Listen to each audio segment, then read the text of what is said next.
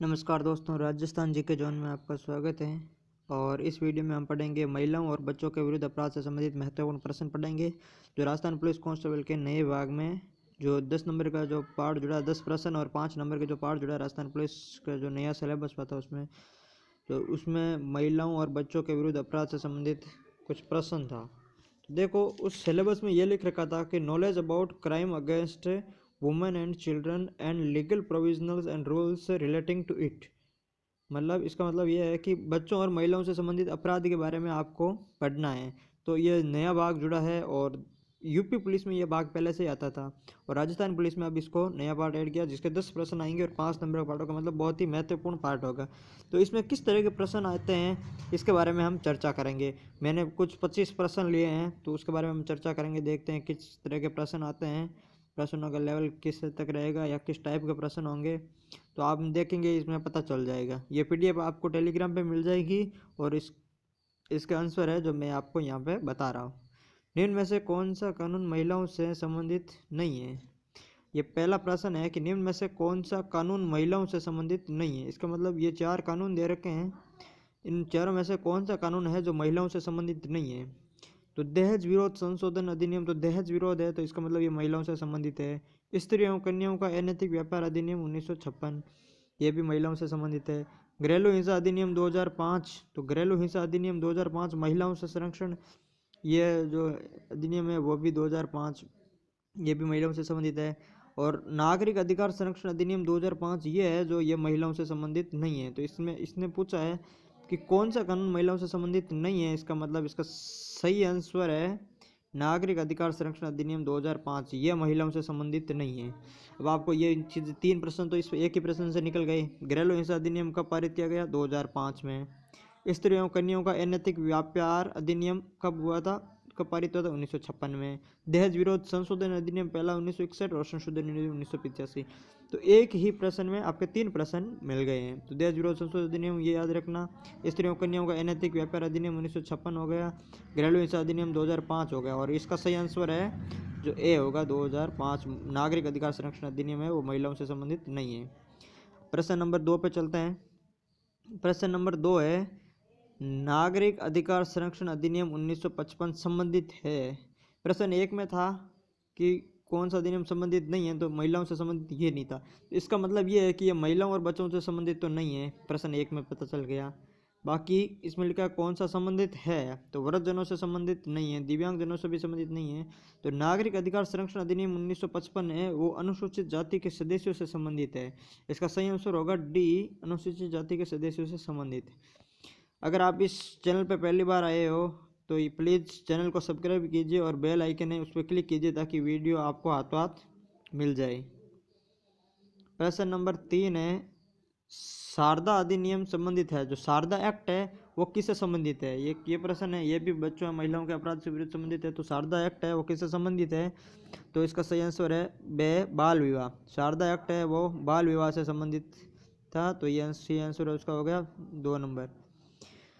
आपको इस वीडियो की जो पीडीएफ चाहिए वो आपको टेलीग्राम पे मिल जाएगी और टेलीग्राम पे जो चैनल लिंक है उसका नाम है राजस्थान जीके जोन, ये इस चैनल का नाम है और इसकी पीडीएफ आपको वहाँ पे टेलीग्राम ग्रुप में मिल जाएगी। प्रश्न नंबर 4 है अपराध शास्त्र के अधीन कम गंभीर अपराध की संज्ञा निम्नलिखित में से किसे दी गई? जो अपराध शास्त्र है उसके अधीन कम गंभीर अपराध की संज्ञा किसे दी गई? तो श्वेत शोषण अपराध नहीं, महिलाओं के विरुद्ध अपराध को नहीं, धर्म से संबंधित अपराध नहीं। तो सही आंसर होगा डी, बाल अपराध। बाल अपराध को अपराध शास्त्र के अधीन कम गंभीर अपराध की संज्ञा दी गई है। तो इसका सही आंसर होगा डी। प्रश्न नंबर 5 पर चलते हैं। बच्चों के खिलाफ होने वाले अपराधों के संरक्षण से पोस्को अधिनियम कब पारित किया गया? तो इसका नाम है पॉक्सो अधिनियम कब पारित किया गया था? तो इसको आप ईयर बतानी है कौन सी ईयर में। तो इसका सही आंसर होगा 2 नंबर बे, 2012 में। प्रश्न नंबर 6 महिलाओं को कानूनी सुरक्षा दिलाने के लिए महिला आयोग की स्थापना कब की गई थी? महिला आयोग की स्थापना बतानी है। महिलाओं को कानूनी सुरक्षा दिलाने के लिए महिला आयोग की स्थापना कब की गई थी? तो इसका सही आंसर है 1990। महिला आयोग की स्थापना 1990 में की गई थी महिलाओं को कानूनी सुरक्षा दिलाने के लिए। प्रश्न नंबर 7 है, महिलाओं के संरक्षण के लिए घरेलू हिंसा अधिनियम पारित हुआ है। महिलाओं के संरक्षण के लिए घरेलू हिंसा अधिनियम कब पारित हुआ गया था? तो घरेलू हिंसा अधिनियम अभी हमने पहले प्रश्न में देखा था, घरेलू हिंसा अधिनियम 2005 में हुआ था। इसका सही आंसर 1 2005। और प्रश्न नंबर 8 है, महिलाओं के खिलाफ होने वाले अपराध में शामिल है। अब 4 ऑप्शन दे रखे हैं, तो महिलाओं के खिलाफ होने वाले अपराध में कौन कौन से महिलाओं के खिलाफ अपराध होते हैं? तो घरेलू हिंसा, बिल्कुल ये महिलाओं के विरुद्ध अपराध है। बलात्कार महिलाओं के विरुद्ध अपराध है। कार्यस्थल पर छेड़छाड़ ये भी महिलाओं के विरुद्ध अपराध है। इसका मतलब इसका सही आंसर हो गया डी, उपरोक्त सभी। ये चारों अपराध है वो महिलाओं के विरुद्ध होने वाले अपराध में शामिल किए जाते हैं। प्रश्न नंबर 9 क्या है, आम नागरिक होने के नाते आप महिलाओं के खिलाफ होने वाले अपराधों से कैसे बचाव करेंगे? प्रश्न नंबर 9 है कि आप एक आम नागरिक हो और आम नागरिक होने के नाते आप महिलाओं के खिलाफ होने वाले अपराध को कैसे बचाव करेंगे? तो इसका सही आंसर क्या होगा? देखिए ऑप्शन दे रखा है, महिलाओं को बराबर का दर्जा देकर, बिल्कुल सही बात है। महिलाओं का बराबर का दर्जा देकर महिलाओं के विरुद्ध अपराध से बचा जा सकता है। महिलाओं को जागरूक करके, बिल्कुल सही बात है। महिलाओं को कानूनी अधिकार देकर, यह भी बिल्कुल सही बात है। इसका मतलब इसका सही आंसर होगा डी, उपरोक्त सभी। क्योंकि महिलाओं को बराबर दर्जा देके, महिलाओं को जागरूक करके और महिलाओं को कानूनी अधिकार देके आम महिलाओं के अपराधों को बचाव कर किया जा सकता है। प्रश्न नंबर 10 क्या है? प्रश्न नंबर 10 है कि बच्चों के खिलाफ होने वाले अपराधों को कम करने के लिए आप क्या कर सकते हैं? बच्चों के खिलाफ अपराध कहाँ है? अपराध है बच्चों के खिलाफ होने वाले अपराध को कम करने के लिए आप क्या कर सकते हैं? इसका मतलब क्या हुआ कि बाल शिक्षा को बढ़ावा देना। बिल्कुल सही बात है कि बाल शिक्षा को बढ़ावा देकर हम बच्चों के खिलाफ होने वाले अपराध को कम कर सकते हैं। अगला ऑप्शन है, अभिभावकों को बच्चों को लेकर जागरूक करना। यह भी बिल्कुल सही बात है। हम अगर अभिभावकों को बच्चों को लेकर जागरूक करेंगे तो बच्चों के खिलाफ होने वाले अपराधों में कमी आएगी। तीसरा, बच्चों को कानूनी अधिकार दिलाकर, ये भी सही बात है। इसका मतलब उपरोक्त सभी चारों। इसका सही आंसर होगा डी। बच्चों के खिलाफ होने वाले अपराध को कम करने के लिए आप क्या कर सकते हैं? एक तो बच्चों बाल शिक्षा को बढ़ावा दे सकते हैं, अभिभावकों को लेकर बच्चों को जागरूक कर सकते हैं, बच्चों को कानूनी अधिकार दिलाकर भी इनको खिलाफ से अपराध कम किया जा सकता है। प्रश्न नंबर 11 क्या है, स्त्री की लज्जा भंग करने के आशय से उस पर हमला करना या आपराधिक बल का प्रयोग करना किस धारा के अंतर्गत आता है? स्त्री की लज्जा भंग करने के आशय से हमला करना और आपराधिक बल का प्रयोग करना किस धारा के अंतर्गत आता है? इसमें हमें जो भारतीय दंड संहिता, इंडियन पिनल कोड, आईपीसी की धारा की चर्चा की बताना है। इंडियन पिनल कोड, भारतीय दंड संहिता की धारा बतानी है, जिसमें ये पुलिस विभाग में होता है। जो आप जॉब करोगे, आप पुलिस कांस्टेबल की अगर आप जॉब करोगे तो उससे संबंधित है। ये आपकी जॉब से रिलेटेड ये प्रश्न है। ये जो भाग है वो आपकी जॉब की रिलेटेड है। तो इसमें जैसे प्रश्न है कि स्त्री की लज्जा भंग करने के आशय से उस पर हमला करना या आपराधिक बल का प्रयोग करना किस धारा के अंतर्गत आएगा? तो इसका सही आंसर है बी, धारा 354। सही आंसर है 2 नंबर पे, भारतीय दंड संहिता की धारा 354 पे स्त्री की लज्जा भंग करने के आशय से उसको दंडित किया जाता है। प्रश्न नंबर 12 कौन सा है? घरेलू हिंसा अधिनियम के तहत घरेलू हिंसा अधिनियम कब पारित हुआ था? ये भी हमने पिछली बार पढ़ा था, पिछले सवालों में 2005। तो घरेलू हिंसा अधिनियम के तहत कितने दिन में घरेलू हिंसा से पीड़ित महिला को कोर्ट से न्याय दिलाना? अभी एक बात है कि घरेलू हिंसा क्या है भाई? घरेलू हिंसा की परिभाषा क्या है? जैसे इसमें प्रश्न दे दिया कि घरेलू हिंसा अधिनियम के तहत कितने दिन में घरेलू हिंसा से पीड़ित महिला को कोर्ट से न्याय मिलना चाहिए, तो ये हमें पता है, पिछले बार प्रश्न में पढ़ लिया कि घरेलू हिंसा अधिनियम 2005 में पारित किया गया था। अब प्रश्न बनता है कि घरेलू हिंसा है क्या? घरेलू हिंसा किसे कहते हैं? तो घरेलू हिंसा किसे कहते हैं कि एक ही परिवार में मतलब अर्थात व्यक्तिगत संबंधों में व्यवहार का वह तरीका, व्यक्तिगत संबंधों में व्यवहार का वह तरीका जो अपने अंतरंग साथी पर शक्ति व नियंत्रण स्थापित करने का प्रयास करता है।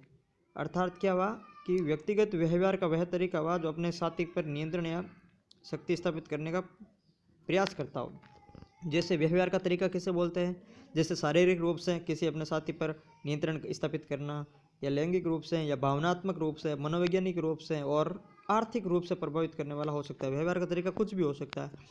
तो अब इसमें वैवाहिक और गैर वैवाहिक महिलाओं पर भी लागू कर दिया गया इसको। तो ये घरेलू हिंसा में जैसे घरेलू हिंसा में आने वाली गतिविधियाँ क्या क्या हो सकती है? तो घरेलू हिंसा में आने वाली गतिविधियों में शामिल किया जाएगा, जैसे घरेलू हिंसा में गाली गलौज करना, किसी भी महिला पर, घर में कोई भी महिला हो, बहन, अपनी सिस्टर हो, माँ या पत्नी, किसी पर भी, कोई भी महिला पर, किसी भी महिला पर घरेलू हिंसा हो सकती है। जैसे घरेलू हिंसा होने वाली क्या क्या गतिविधियों के माध्यम से घरेलू हिंसा होती है? जैसे गाली गलौज करना, छोटी मोटी बातों पर बेकसूर ठहराना, दूसरों के समझ दूसरों के सामने या समझ में अपमानित करना, अभिव्यक्ति पर रोक लगाना, उन पर नज़र रखना, चरित्र पर शक करना, वे पारिवारिक पृष्ठभूमि की आलोचना करना, मारपीट करना, नौकरी छोड़ने का दबाव बनाना, रोजगार करने से रोकना, बलपूर्वक वेतन ले लेना, ये सब घरेलू हिंसा, ये सब क्या है, घरेलू हिंसा की गतिविधियाँ अगर इस तरह की हो तो ये तय है कि वो घरेलू हिंसा से ग्रसित है। तो इसके बारे में हम अपना अगला वीडियो पढ़ेंगे। अगले वीडियो में हम पढ़ेंगे जिसमें हम घरेलू हिंसा वगैरह, पॉक्सो एक्ट वगैरह, संरक्षण अधिनियम 2005, उन सब के बारे में, संरक्षण अधिनियम 2012 और घरेलू हिंसा अधिनियम 2005 सब के बारे में हम डिटेल डिस्कस करेंगे। उसके कारण क्या है, निष्कर्ष क्या है, परिणाम क्या है, ये क्यों होते हैं, इनकी क्या गतिविधियाँ है, इनकी परिभाषा क्या है, हम इस सब के बारे में, अपराध के बारे में हम अपने अगले वीडियो में चर्चा ही करेंगे। अब फिलहाल अगले प्रश्न पर चलते हैं। प्रश्न नंबर 13 है, इनमें से कौन सा महिला सुरक्षा ऐप है? इनमें से कौन सा महिला सुरक्षा ऐप है? 4 ऐप दे रखे हैं, इनमें से कौन सा महिला सुरक्षा ऐप है? तो प्रश्न पहला एक है चिल्ला, बिल्कुल ये है। स्मार्ट 24 और बीसैप, इस उपरोक्त सभी, प्रश्न आंसर है डी, उपरोक्त सभी है जो महिला सुरक्षा ऐप है। प्रश्न नंबर 14 पे चलते हैं। किस उम्र के बच्चों के खिलाफ होने वाले अपराधों को बच्चों के खिलाफ अपराध कहा जाता है? किस उम्र के बच्चों के खिलाफ होने वाले अपराधों को बच्चों के खिलाफ अपराध किस उम्र को कहा जाता है? तो इसका सही आंसर होगा 18 से कम उम्र के बच्चों के साथ होने वाले अपराध को बच्चों के खिलाफ होने वाला अपराध किया जाता है। सही आंसर होगा 2, 18 से कम। बच्चों के खिलाफ होने वाले अपराधों में सबसे प्रमुख अपराध है बच्चों के खिलाफ, तो अपराध तो सारे होते हैं बच्चों के खिलाफ, लेकिन सबसे प्रमुख अपराध कौन सा है? तो इसका सही आंसर होगा 1, यौन अपराध। प्रश्न नंबर 16, घरेलू हिंसा से संबंधित महिला संरक्षण अधिनियम 2005, घरेलू हिंसा से संरक्षण महिला अधिनियम, संरक्षण अधिनियम कब है? 2005। ये तो आपको याद हो गया, 4 बार आ गया है। तो घरेलू हिंसा से संबंधित संरक्षण अधिनियम कब है? 2005। अब ये लागू कब किया गया? तो इसका सही आंसर है 26 अक्टूबर 2005 को। 2 नंबर है 26 अक्टूबर 2006 को लागू हुआ था, 2006 को लागू हुआ था। ऑप्शन नंबर 2, 26 अक्टूबर 2006 को लागू हुआ। 2005 में पारित हुआ और 26 अक्टूबर 2006 में लागू हुआ। ये भी इंपॉर्टेंट प्रश्न है। प्रश्न नंबर 17, भारतीय दंड संहिता की धारा 354, 375 व 376 किस वर्ष लागू की गई थी? भारतीय दंड संहिता की, इंडियन पेनल कोड की धारा है 354, 375 और 376, सारी महिलाओं से संबंधित है। तो ये धारा कब लागू की गई? तो इसका सही आंसर है 1, 1860 में। प्रश्न नंबर 18 है, महिलाओं पर कार्यस्थल पर लैंगिक उत्पीड़न अधिनियम 2013 कब लागू किया गया था? देखो, महिलाओं पर कार्यस्थल पर लैंगिक उत्पीड़न अधिनियम, कार्यस्थल पर, इसके बारे में भी हम एक डिटेल में वीडियो पर चर्चा करेंगे। एक बहुत ही डिटेल टॉपिक है ये, कार्यस्थल पर महिलाओं के साथ यौन उत्पीड़न, ये भी बहुत डिटेल टॉपिक, इस पर भी हम चर्चा करेंगे। महिलाओं का कार्यस्थल पर लैंगिक उत्पीड़न अधिनियम 2013 कब लागू किया गया था? तो इसका सही आंसर है 1, 22 अप्रैल 2013, 22 अप्रैल 2013 इसका सही आंसर होगा। प्रश्न नंबर 19, कौन सा ऐसा अधिनियम है जो महिलाओं व बच्चों को शाम 7 बजे से सुबह 6 बजे तक काम पर नहीं लगाने का प्रावधान करता है? ऐसा कौन सा अधिनियम है जहाँ पे महिलाएं शाम 7 बजने के बाद में सुबह 6 बजे तक काम पे नहीं कर सकते, महिला और बच्चे? ऐसा कौन सा अधिनियम? तो इसका सही आंसर है 1, खान अधिनियम। देखो, ऑप्शन में खान अधिनियम 1952, कारखाना अधिनियम 1978, ए और बी दोनों हो सकता है। तो ऐसे में ज़्यादातर लोग ए और बी दोनों करते हैं, लेकिन ये गलत है। इसका सही आंसर होगा 1 नंबर, खान अधिनियम 1952। प्रश्न नंबर 20 है, महत्वपूर्ण प्रश्न है, पॉक्सो एक्ट का पूरा नाम क्या है? बहुत ही महत्वपूर्ण प्रश्न है, आपको याद होना चाहिए। पॉक्सो एक्ट 2012, जिसका पूरा नाम क्या है? ऑप्शन 1 है protection of children from sexual offence act, ये इसका सही आंसर है 1 number, protection of children from sexual offence act, POCSO act. प्रश्न नंबर 21 है, मातृत्व लाभ संशोधन अधिनियम 2017, मातृत्व लाभ संशोधन अधिनियम 2017 के तहत महिला कर्मचारियों के लिए चाइल्ड केयर लीव 12 सप्ताह से बढ़ाकर कितनी कर दी गई? तो इसका आंसर है 26 सप्ताह, 2 नंबर। प्रश्न नंबर 22 है, कानून सरकार ने किस आयोग का गठन महिलाओं के संवैधानिक और कानूनी अधिकारों से संबंधित मामलों का अध्ययन और निगरानी करने के लिए किया गया था? सरकार के किस आयोग का गठन महिलाओं के संवैधानिक और कानूनी अधिकारों से संबंधित मामलों का अध्ययन करने के लिए किया गया था? तो इसका सही आंसर है 1 नंबर, राष्ट्रीय महिला आयोग 1990। क्योंकि देखो, 2 आयोग है, इसमें भी ऐसी तरीके से उलझाया गया है कि राष्ट्रीय महिला आयोग 1990, मानव विकास संशोधन मंत्रालय 2 और उपरोक्त दोनों, तो उपरोक्त दोनों नहीं होंगे। इसका सही आंसर होगा 1, राष्ट्रीय महिला आयोग 1990। प्रश्न नंबर 23 क्या है? प्रश्न नंबर 23 पर चर्चा करते हैं। जब किसी स्त्री का अपहरण करके उसकी इच्छा के विरुद्ध व्यक्ति से विवाह करने के लिए विवश किया जाए या उसे संभोग करने के लिए विवश किया जाए तो इसका सही आंसर क्या होगा? जब किसी स्त्री का अपहरण करके उसकी इच्छा के विरुद्ध विवाह किया जाए तो इसका सही आंसर क्या होगा? तो इसका सही आंसर होगा 366। इंडियन पिनल कोड की धारा 366 इसका सही आंसर होगा, जिसके तहत कार्यवाही क्या की जाती है? जिसके तहत कार्यवाही में 10 वर्ष की कैद या जुर्माना अथवा दोनों हो सकता है। तो 10 वर्ष की कैद और जुर्माना दोनों होंगे इस तरह के ऑफेंस में 366 के तहत। प्रश्न नंबर 24 क्या है? जब किसी 18 वर्ष से कम उम्र की लड़की को अन्य व्यक्ति से संभोग करने के लिए विवश करने के आशय से लड़की को किसी स्थान पर जाना या कार्य करने के लिए प्रेरित किया जाता तो इसका किस धारा के तहत दंडित किया जाता है? तो इसको दंडित किया जाता है ऑप्शन 2 366A। इसके तहत भी 10 वर्ष की कैद और जुर्माना अथवा दोनों। अंतिम प्रश्न है, प्रश्न नंबर 25 है। जब कोई पुरुष की स्त्री या जीव जंतु के साथ प्रकृति की व्यवस्था के विरुद्ध इंद्रिय भोग करेगा तो इसका सही आंसर क्या होगा? तो इसका सही आंसर होगा 1 नंबर धारा 377। धारा 377 काफ़ी फिलहाल भी पिछले दिनों भी काफ़ी चर्चा में रही थी। जब कोई पुरुष किसी स्त्री या किसी जीव जंतु के साथ प्रकृति व्यवस्था से इंद्रिय भोग करेगा तो इसका सही आंसर होगा IPC की धारा 377 के तहत दंडित किया जाएगा, 10 वर्ष की कैद होगा इसको। अब महत्वपूर्ण तथ्यों के बारे में चर्चा करते हैं। कुछ महत्वपूर्ण तथ्य हैं, जैसे वेश्यावृत्ति के लिए नाबालिग को बेचना व खरीदना, ये भी मतलब महत्वपूर्ण प्रश्न है जो महिलाओं और बच्चों से संबंधित है और एग्जाम में पूछ जा सकते हैं। तो वेश्यावृत्ति के लिए महिलाओं को बेचना व खरीदना, तो बेचना है जिसको भारतीय दंड संहिता की धारा 373 के तहत दंडित किया जाता है और खरीदना भारतीय दंड संहिता की धारा 374। तो बेचना है 373 और खरीदना है 374, यह भी याद रखने की बात है। इसके तहत भी 10 वर्ष की सजा है। अगर आप इस चैनल पर पहली बार आए हो तो आप प्लीज़ चैनल को सब्सक्राइब जरूर करें, वीडियो को लाइक करें, शेयर करें। Thank you for watching. मिलते हैं अगले वीडियो में। अगले वीडियो में हम चर्चा करेंगे घरेलू हिंसा के बारे में, परिभाषा उसके बारे में, उसके कारण निवारण के बारे में, परिणाम के बारे में, कार्यस्थल पर महिलाओं के बारे में, पॉक्सो एक्ट के बारे में, हिंसा अधिनियम 2005 डिटेल में पढ़ेंगे। तो हम 10 प्रश्न वाला पार्ट है महिलाओं बच्चों के शरीर में, उसको हम पूरा डिटेल में अध्ययन करेंगे।